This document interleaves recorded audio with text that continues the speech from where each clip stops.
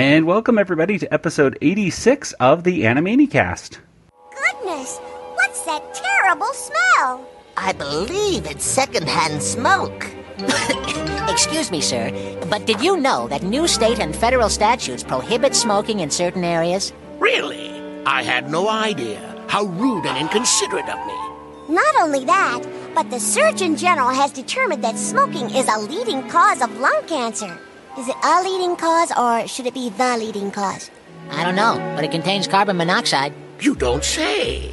I'd better get rid of these cigarettes right away. It's important not to litter, too. I guess I owe you kids a debt of gratitude. Thanks for your concern. Aw, gee. We like helping out because it makes us feel good, not because we're trying to, win a humanitarian animation award or something like that.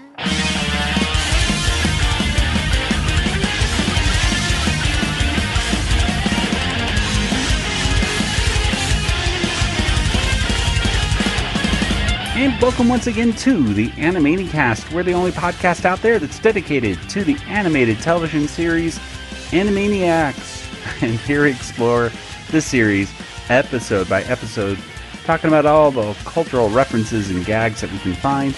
And in the end, we give each episode a water tower rating.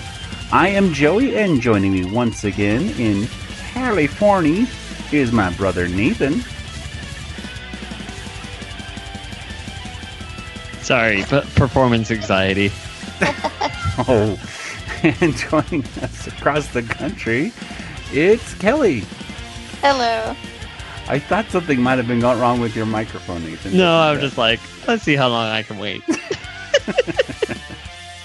Well, today we are talking about episode 86 of Animaniacs, which includes the segments of very, very, very, very special show. Night of the Living Buttons, and Soda Jerk. And, someone were to come up and talk to you and say, hey, before I watch the show, what do you have to say about it? What would you say about it, Nathan? It gives me an idea of what the season 2, or the reboot might look like, I'm guessing, from that first segment. And Kelly, what about you? It was a very, very, very, very special episode. Sure was. Today's episode, Nathan, why don't you tell us when this episode first premiered? Let me look that up. Okay. So Saturday, September 21st, 1996, Joey. That was, if I remember right, that was less than a week after the premieres of Judge Judy and Everybody Loves Raymond. It was also a day after The First Wives Club, that movie, came out. And it was also the same day that Meg White married John Anthony Gills, who took Meg's last name to become Jack White, and together they would form the White Stripes about a year later. So there you go. And rumors persisted for years afterwards if they were brother and sister or husband and wife. They're exes, basically. Because they were married in 96, they got a divorce in 2000. So most of the White Stripes, they were divorced. They're just this divorced couple that just have the same last name. Yeah, interesting. Interesting. All right. Well, and Judge Judy still around. Yeah. And still watched by my mother-in-law to this day. Whenever Judge Judy and Executioner. That's the reboot of Judge Judy. It gets more extreme. Yeah.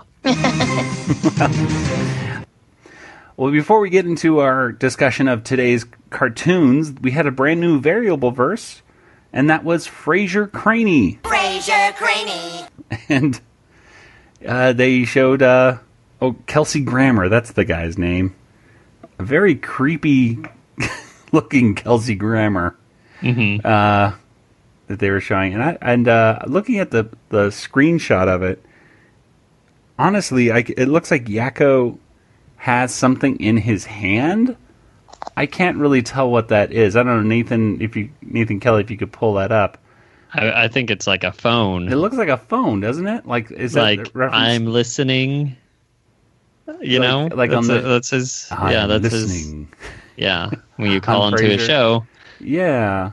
It's just a weird, anyway, the show Frasier was on. It was a good show. We used to watch Frasier a lot. But Yeah, he had a cute dog. he did have a cute dog. Or his dad. I guess it was his dad's dog, but... And did you hear that they're, speaking of all the reboots going on, did you hear that they're in talks of rebooting Frasier?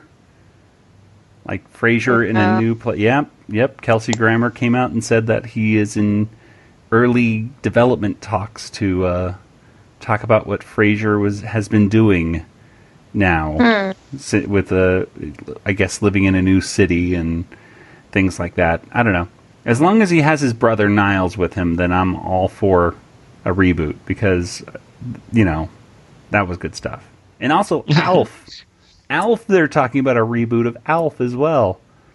And again, like, Alf comes back from outer space again with a different family this time. So, Yeah, didn't they do like they did like a movie or something, right? did. With Alf, like a made-for-TV movie. Oh, I don't just as a remember. reboot. Yeah, That was like 10 years ago or something. Yeah, I remember watching that. It was decent. It was okay. I mean, I remember the episode, the last episode of the original run of Alf left off on a cliffhanger. Mm-hmm. Like, yeah, he gets caught, and then like he gets that's it. captured by the FBI, and that was the end. And so it was like, no. yeah. So they had to make this TV movie, like Nathan said, I guess about 10 years ago, to kind of tie up that plot thread of what he's doing in the, in Area 51 or something for all those years. But that's something to look forward to sometime in the future. And what were you saying, Nathan? That it's not a phone? It's not a phone. It's a microphone. It's okay. It just the you can see it lines up with the seam of his pants. I had to watch it a couple times. Okay, so which I guess would make sense since Fraser Crane records a radio show, right? So yeah, it's just kind of just this weird black object that he's holding. Yeah, so. It's not a great drawing. No, it's really not. So, well, whatever. Okay, at least mystery solved there. Okay.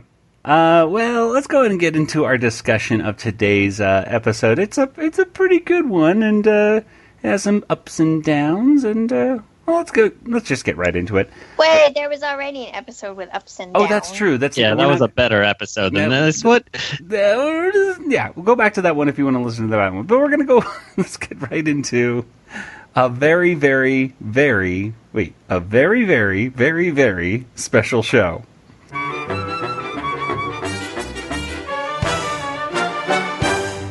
And a very, very, very, very special show was written by Randy Rogel. It was directed by Liz Halsman. Kelly, tell us what happens here in a very, very, very, very special show. The Warner siblings are up for a humanitarian award. And so they are on the beach and they see a beached whale and tie rope to it and get on a boat and take it out to the sea. And so the whale gets back in the water and starts swimming, is all happy. And that kind of sets the tone for this segment because they are super duper helpful and nice and friendly and not at all like what we expect from the Warner siblings. They don't want to take a car because they want to reduce their environmental footprint, and they talk about recycling, and they see Hello Nurse in a swimsuit and people are ogling her and they're like, oh, you shouldn't objectify women. And it's like, wow, we've never heard that on this show before. That's kind of amazing. And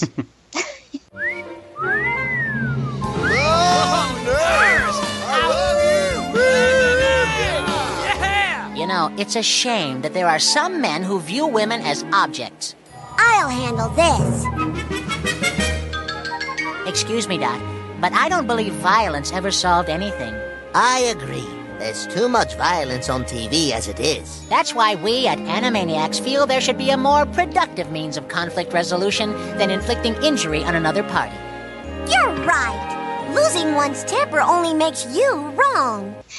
they see Thaddeus Plotz on the beach, and he's got a cigar, and they talk about how lung cancer, or cigarettes can cause lung cancer, even secondhand smoke, and they start reciting facts from like the EPA and I think the USDA, and they've got all these books, and because Wakko has sandwiches, and he offers a vegetarian sandwich or beef sandwich and says, "You sure you don't want beef? It's really good."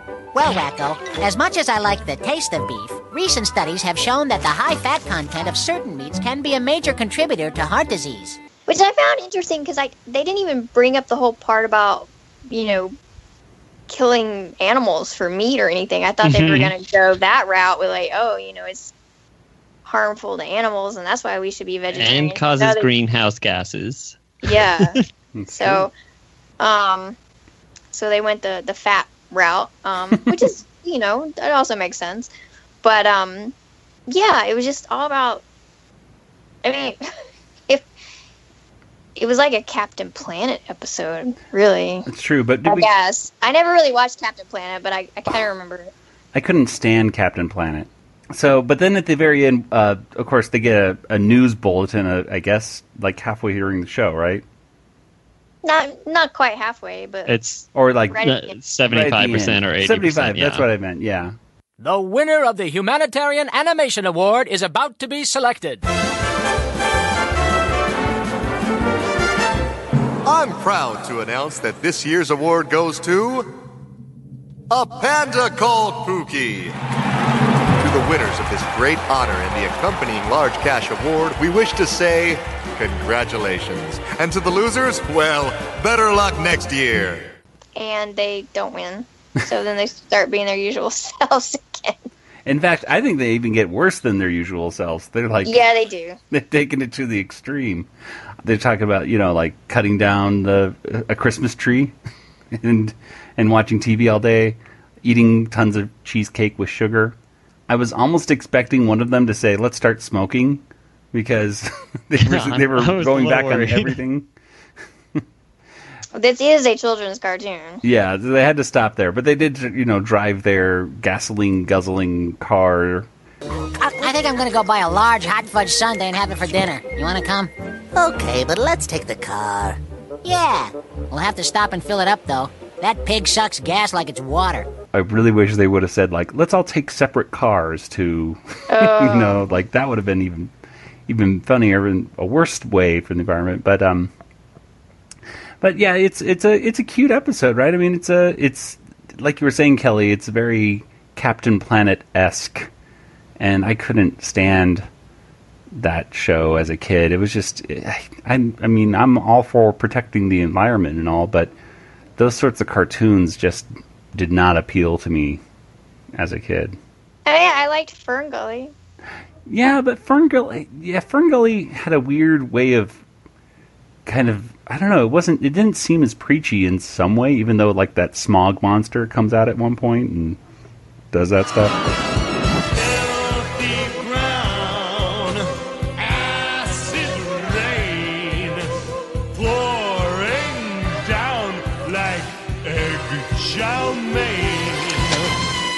Slime beneath me, slime up above.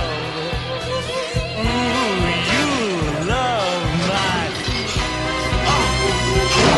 toxic love.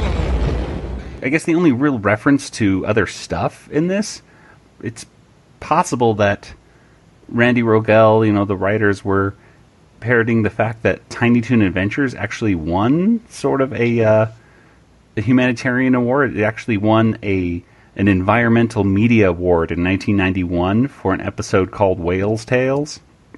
And I think that was the one, it was the one where, and I don't know if you remember this one, Kelly, but there was a whale that Buster and Babs were trying to rescue that a woman was trying to make this whale into cosmetics and things like that. Does that sound familiar at all to you? It vaguely rings a bell, but as the episode didn't have Steven Spielberg in it, it's not deeply embedded in my memory. It's a whale of a tale on Tiny Toon Adventures. When a baby whale's mother is captured by a cosmetics queen. Gotcha. It's the cartoons to the rescue. Oh, poor baby. Will Buster and Babs save the whales She's fluent in whale. or become the catch of the day? I hope you like seafood, Babs, because we're chowder. But it seemed like there was more environmental messages out of the blue in the 90s, definitely more than the 80s. So people were starting to get a little wiser on what they should and shouldn't be doing to protect the environment. I could see why, they did this episode. It just seemed like there was just so much stuff in pop culture that was pro-environment, which, you should be.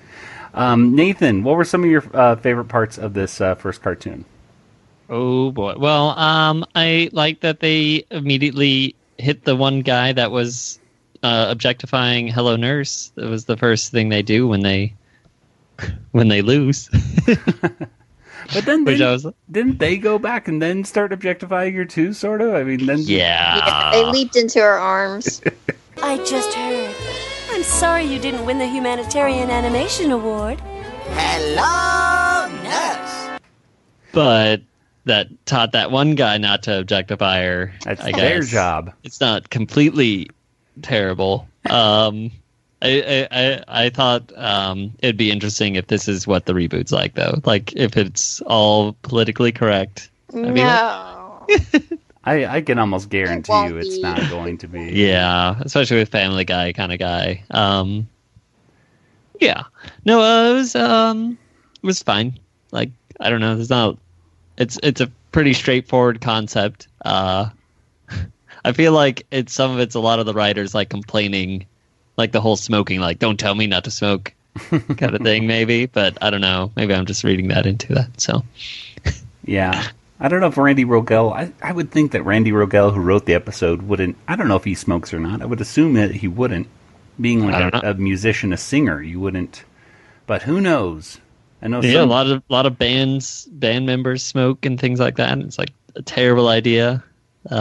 Especially if you're trying to protect your voice. If that's like the voice that you want, it's like... If you're like a voice actor, there shouldn't be...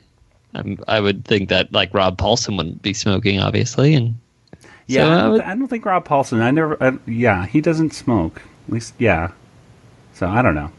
But anyway, but yeah, I did get that. I get that vibe as well. That is somebody like kind of being don't tell me to smoke. I don't know, but whatever. Kelly, anything that you that stood up for you? That things that you thought were humorous?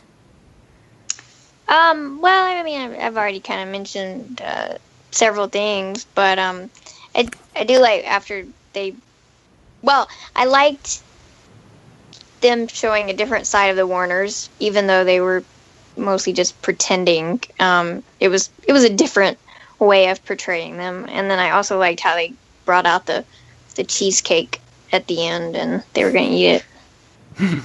It reminded me I had cake in the refrigerator. I was like, ooh, I'm going to get some cake. Anybody want a piece of really fattening cheesecake? Does it have a ton of sugar in it? Yeah. Like one of the best lines is, of course, Dot's, where she says, "Is it a leading source of cancer or the leading source?" Yeah. Oh yeah. So very cute first cartoon. Let's go ahead and move on to our next one, which is called Night of the Living Buttons.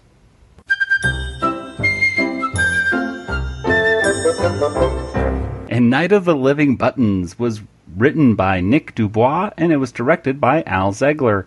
And, well, basically in this is a sort of a parody of zombie movies, but with Mindy and Buttons.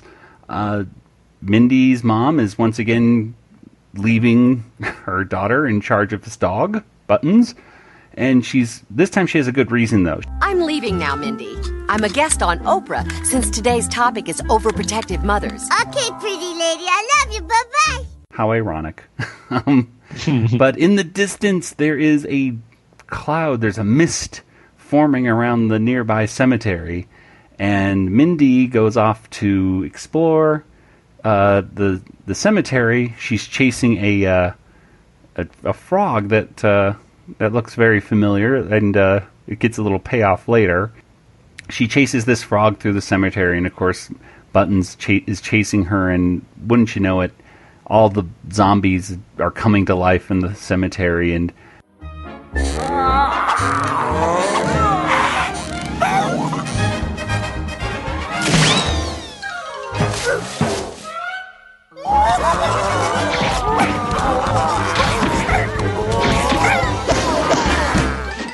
They're tearing Buttons apart in some places, and they eventually run into this house, and the zombies are trying to break down the door. Buttons is trying to hold them off and board up the walls and everything, and eventually they break in. And so Buttons breaks a glass in case of zombie attack, which releases this sort of gas everywhere, and then Buttons becomes a zombie of sorts and dances a Thriller. He looks like Michael Jackson in Thriller, and he does this kind of Thriller dance and escorts all of the zombies into a crypt where he closes them up. And even the frog runs in there too, and oh no, the frog is in there, but it's okay. The frog ends up like it's Michigan J. Frog, who was of course the WB sports spokesman, I should say. And he does a little dance, and for some reason, that really freaks Mindy and Buttons out, and so they run away from Michigan J. Frog. Hello, my lady, hello, my mommy, hello, my graveyard cool. The end. Well, that's pretty much it. I mean, I guess those are the two real big references there are, Night of the Living Dead and the Thriller movie. What do you guys think of Night of the Living Buttons? Kelly, let's start with you. It was cute. I liked it when they started doing the dance. That was a little unexpected. It was, it was funny because I was watching it just thinking, because have both of you seen actually the original Night of the Living Dead? I have not. No. I thought you were about to say the Thriller video because I'm old enough to remember when that used to come on MTV. Oh, I love that. But the actual Night of the Living Dead, I mean, I actually saw that must have been when I was in college I first saw it for the first time. And it's actually a really good movie. Surprisingly good, with some good social commentary in it and stuff of the 1960s and stuff. And just watching everything go through, it's like, okay, they're just parodying Night of the Living Dead, going to the house and try to board off the zombies. But right before it turns into the Thriller, it really does kind of look like that shot where Michael Jackson and his girlfriend are pinned down and the zombies are all surrounding them and there's no escape. I love that video so much as a kid. I used to watch it all the time on MTV as well. Do you remember watching the making of Thriller at all, Kelly? Yeah, I think so. They would run it sometimes. I don't know. It was not often they would run it, but there was this making of special that they would show from time to time, and it would show how they did the effects with all the latex makeup and everything like that. And I just remember just loving that, watching that as a little kid, going, "Oh, okay." Yeah, I probably saw it because I was always watching that behind the scenes stuff. Yeah. Nathan, what were some stuff you liked about this cartoon? Well, of course, Thriller. It was great. I liked that Buttons doesn't get scolded at the end. It's nice. That's true. They just escape, I guess. I think it's the only episode or only segment that he doesn't get yelled at the end, which is nice. And Mindy talks a lot more in this one, I feel like, than normal. Maybe she got a little older, but yeah. her sentences do seem a little bigger. But the thing I thought that was most out of character really was Buttons, because he was walking on two legs a lot in this cartoon, I thought. And then there's the moments that I just feel like the people that were animating just were more comfortable with two-legged animation versus four-legged, because the one moment I was just when he's running through the cemetery, and I'm just watching Buttons, and I'm like, he's just walking on two legs a lot in this scene right here. And then when he finally gets on all fours again to run off into the house, he does this kind of hopping thing where it doesn't really necessarily even look like a real dog running. It just kind of looks like a kind of a cheap little hopping motion kind of towards the house, which, okay, that's fine. But anyway, I did like that. I did like the look of those zombies, though. I thought those looked pretty cool. Mm-hmm. And then, so I'm guessing, does Buttons become a zombie at the end of that? Like it's a zombie. It's a temporary fake zombie thing. It's just a zombie disguise. Okay, it's a zombie disguise. Yeah. But he was walking on two legs at the very end too, so he could, and he just stays on two legs at the very end. Like I don't know, he's he learned how to walk on two legs and just did it a lot in this cartoon. So I don't know. It's fine. When Mindy says "kiss the frog, baby," that was a slogan for the WDP. Kiss the frog, baby. That's what I was looking in the reference thing there. It says that's a reference to the WB. That was a slogan. I didn't remember that, but I looked it up, and apparently it was a slogan at one point. So, all right. Well, if I can find a promo of it, I'll put it in right here. Good luck. Good luck with that. You never know. Sometimes people record stuff and on WB. So Kiss the Frog. Who knows? Maybe if I type in Kiss the Frog Baby on YouTube, it'll show the people from Sister saying it. On the all-new WB Sunday night. Kiss the frog, baby! Sunday. All right. Well, let's go ahead and wrap things up then. Let's go to Soda Jerk.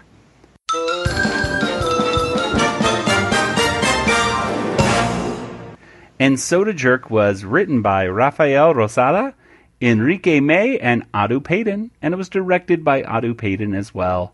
Nathan, tell us, what is Soda Jerk all about? What did you call me? No, so the Warners are trying to get away from Ralph, and they do, and then they see there's a soda shop right across the street, so they say a timeout, and then they go get some sodas, what are those called? The root beer floats, I guess, kind of things. Yeah, like milkshakes. Like that. I don't know. This is just the second episode in a row with a lot of ice cream, and I thought, what's going on with ice cream? Anyway. They love the ice cream, these kids. So they all get their ice creams, and Wakko decides to drink his all in one gulp, and then immediately gets the hiccups. Ooh, that's gross. Can you do it again? I can't help it. And the Warners try to help him get rid of the hiccups by giving him lots of water. That doesn't do it, so they decide to get some help. I think that's all they try in the... so they go around, they try scaring him with Dot's pet comes back. They try shocking him through... I guess they go to some scientists, and the scientists shock him. They also shock him through electricity, like a Frankenstein experiment, which is pretty exciting. And none of this is working. So they decide, I guess, to give up, and they take him to as a scientific study to show off to all the doctors this strange case where this man cannot get rid of the hiccups. That's when his hiccups go away because he gets a performance anxiety. Oh yeah, also some aliens come and they force him to watch Bob Hope. So there you go. Wait, the aliens did that? I forgot that whole thing. That's two separate things. So the aliens come, like the Earth stood still, and they zap him with a gun. That's right. The Earth stood still. They tried zapping him. And they do a Clockwork Orange reference by making him watch Bob Hope. So yes. Hey, I tell you, old golfers never die, huh? They just kind of put it away. Thank you. You're all beautiful. I wish I could take y'all home with me. My caddy's not big enough. No, it's too cruel. Who was voiced by Rob Paulson this time instead of now I'm totally forgetting the gentleman's name. Voice of Runt is done by Frank Welker. Frank Welker, yes. I think Frank Welker usually does Bob Hope's voice on the show. But in this case, I think that was a Rob Paulson. It was almost like Rob Paulson doing a Frank Welker Bob Hope impression. So it was like very meta. It was crazy. But anyway, so that's Soda Jerk. Well, what were some moments in this final cartoon of today that you thought were humorous? Let's start with Nathan. liked when he had the hiccups. This is a real medical condition, by the way. Every now and then I'll see, like, on the internet, like, I think there was a girl that couldn't stop hiccuping a few years ago, and they couldn't figure out why. Now, just because you saw it on the internet doesn't mean it happened. Well, she was on the Today Show, too. I saw her. Oh, okay. I felt sorry for her, because it was just this, like, girl, she must have been, like, 11 or 12, and she just couldn't stop hiccuping. And I was like, oh, that would really stink. Painful. Yeah, I know, especially it happened. Like, hurts your ribs. Mm-hmm. It would happen. How are you supposed to sleep? I don't know. That's weird. Anyway. But, yeah. Anyway, Kelly, what do you think? Well, I don't know so much funny, but it was kind of interesting when they ordered their shakes, and they all ordered kind of different things and have it served differently, but it didn't look like the soda jerk guy did anything differently. He just kind of made it all at the same time and whipped it all up and put it in the glasses. And I was kind of I was gonna start being impressed, and then I was not impressed by what he did. I did have the same feeling. Like, I just thought, like, how does he know which one is which? Like, he just threw them down. Like, which one's the low calorie one, and which one's the extra fat one, and which one? Because it kind of reminded me of when people order at Starbucks, and so I was like, oh wow, he's gonna impress us with kind of being a barista, but instead be a soda jerk. And yeah, it was. He kind of dropped the ball on that. They didn't seem to care. It was like they all got the same thing and didn't even notice. Yeah. I did like the initiation of this whole hiccup thing, though, of Yakko and Wakko's kind of dare to, or Yakko's dare, I should suppose, to Wakko to do it. It felt like something that, a lot of kids do from time to time. Are you going to drink that in one gulp? Maybe. Could be more than you can handle. I'll take that as a challenge. I've been doing this since I was a kid. So I did like the setup of it. But it was a pretty, let's face it, it was kind of a simple joke. I mean, it seemed, we were talking before recording today that both Soda Jerk today and a very, very, very, very special show kind of had one joke and just kind of stretch it out to the extreme. And, there's cute things that happen along the way, but it's, seems like there could have been a little bit more to this Soda Jerk one. It was funny. I mean, it was cute. They put them in different scenarios, but it could have definitely benefited from an appearance by Steven Spielberg. That's true. He could have come in there and like put Steven in front of him. Maybe that'll fix him. Steven knows what to do. Yeah, that would cure me of the hiccups because I would be freaking out. Although they did mention some of the hiccup cures in this that like putting sugar in your mouth or honey. Yeah. What do you guys do spoonful. when you have the hiccups? What did you? We already talked about this. That's true. When we did because there was a Good Feathers cartoon that had the exact same plot as this episode, which is another called Hiccup, if I'm not mistaken. Yep. Well, usually drinking water gives me hiccups, so I'll usually like hold my breath. Hold your breath. That's what I do. I hold my breath for as long as I can, and then until even you pass out, and then I wake up, and then I'm like, hey, hiccups are gone. Yeah, hiccups are gone, and I hit my head on the table, and I got a bump on the head, so it's all good. That's what Homer Simpson did. I can't remember why. Homer's always hitting his head on various things, though. So it's who can say? I like stories. That's what he says. Well, oh yeah, that's right. When he couldn't get his way and he held his breath. Yeah, and then he's like, "What's the point of the story? I like stories." All right. Yes, I remember that episode now. Okay. Well, let's go ahead and wrap it up, and let's get to our water tower rating.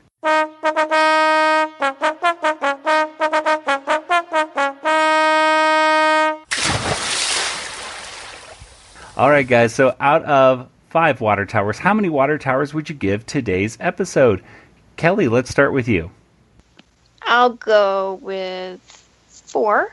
Like you said, they're very straightforward, and but I thought I liked the scripts of them. The whole humanitarian stuff and the Warner siblings getting all saccharine and everything. I really liked all the stuff they were saying. They crammed a lot of super I don't know, environmental and health conscious references in a very short amount of time, and then also the soda jerk. I just thought it was kind of cute. They were cute cartoons. And of course, directed by friend of the show, Adu Payton, who we have to get on the show again at some point soon, because that was an awesome interview. Had a lot of stories. Yeah, I mean, if you haven't listened to last week's episode, you really should, because it was a fantastic interview with Adu Payton, and he has so many interesting stories. We'll have to, and he has a lot more that he promised to tell us on the next time he's on. So, Nathan, what do you think? What was your rating of today's episode? I give it a 3. A 3. It was good. It was fine. Like, I have no qualms with it at all. But also, like, it was fine. Like, it was a decent, okay episode. Yeah. Well, I'll give this episode 3 water towers as well. I mean, like you said, Nathan, nothing crazy, nothing crazy great about it, nothing horrible about it though either. It's just a good episode. It's a good episode, but it's not a great episode. It's just really good. So yeah. Well, let's go ahead and get to our poll results from last week or 2 weeks ago or whatever. Ish. Yeah. Yeah. It was the most recent poll. So. The question was, which of these rhyming cartoons was your favorite on Animaniacs? And, of course, using the hashtag Animanicast poll. The first choice I should say the one that lost the most, in fourth place was Gunga Dot, which got 13%. Then following that in third place was Mighty Wakko at the Bat with 21%. Paul Revere's Ride had 22%, and the winner is Nighty Night Toon with 44%. And Nathan, what was your favorite of those choices? Well, I voted for Mighty Wakko at the Bat because I liked how he won. He got his home run thing or whatever. It was nice. It was a more positive version of the classic tale, right?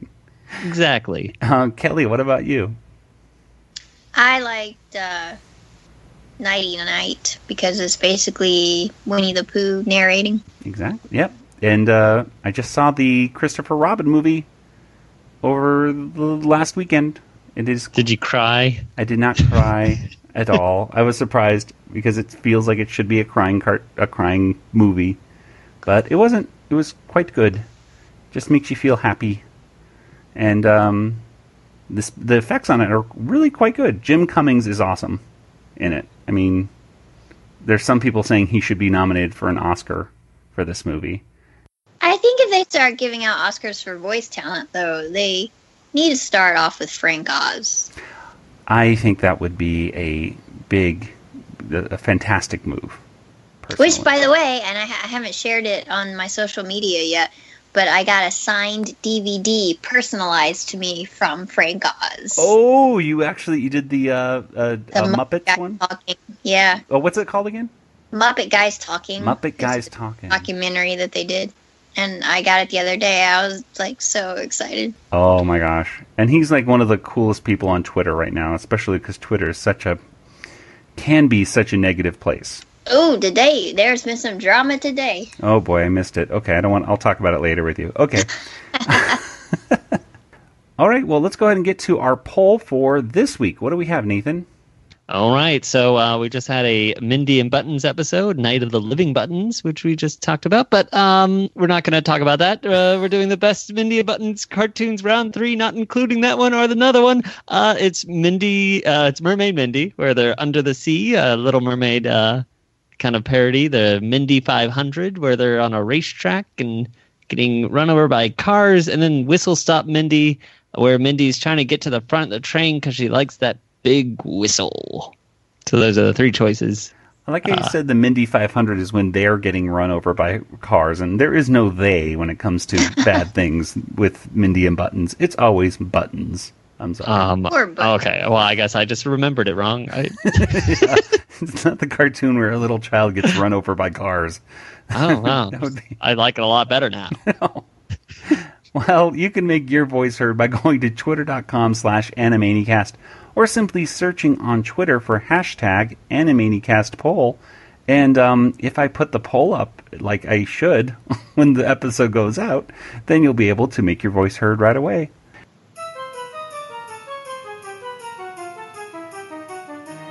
Let's go ahead and get to some contact information. Kelly, where can people get in contact with you online? I am sometimes on Twitter. Yoda Princess, YODAPRNCSS. Also, oops, I've been forgetting to log into Discord. Discord, Kelly Animanicast. And then I'm always checking my email, Kelly at BigShinyRobot.com. That's right. Join the conversation over there in Discord. We have some... Hey, whenever it comes to Animaniacs or just animation stuff or reboots, we're talking about it over in Discord. And you can join us. It's discord.animanicast.com. And I typically like to talk about the DuckTales reboot that's out right now, too. I'm sorry. It's like, I can't not do that. Nathan, where can people get in contact with you online? If you want to find me online, look on Twitter time. Django FT, that's me. All right. As for the Animanicast, we're on Facebook, we are on Twitter. Check out our previous episodes on your favorite podcast player, and of course, over at Animanicast.com, you can catch up on all of our previous episodes. And while you're over at Animanicast.com, well, that'll take you to our RetroZap archives. And check out all the stuff at RetroZap. There's over 20 podcasts to check out, and tons of articles and videos, and everything's going on. New stuff every day. Check it out, retrozap.com. Well, that'll do it for today's episode. So, for Nathan and Kelly, this is Joey saying, good night, everybody. Good night, everybody. Good night, everybody. This podcast is not endorsed by Warner Brothers or Amblin Entertainment and is intended for entertainment and information purposes only. Animaniacs, the Warner Brothers logo, all names, pictures, and sounds of the Animaniacs characters or any other Animaniacs-related items are registered trademarks and or copyrights of Warner Brothers, Amblin Entertainment, or their respective trademark and copyright holders. All original content of this podcast is the intellectual property of the Animanicast unless otherwise indicated. I think I'm gonna go chop down a Christmas tree and put it in my house to decorate. Then I'm gonna sit on my butt and watch TV all day.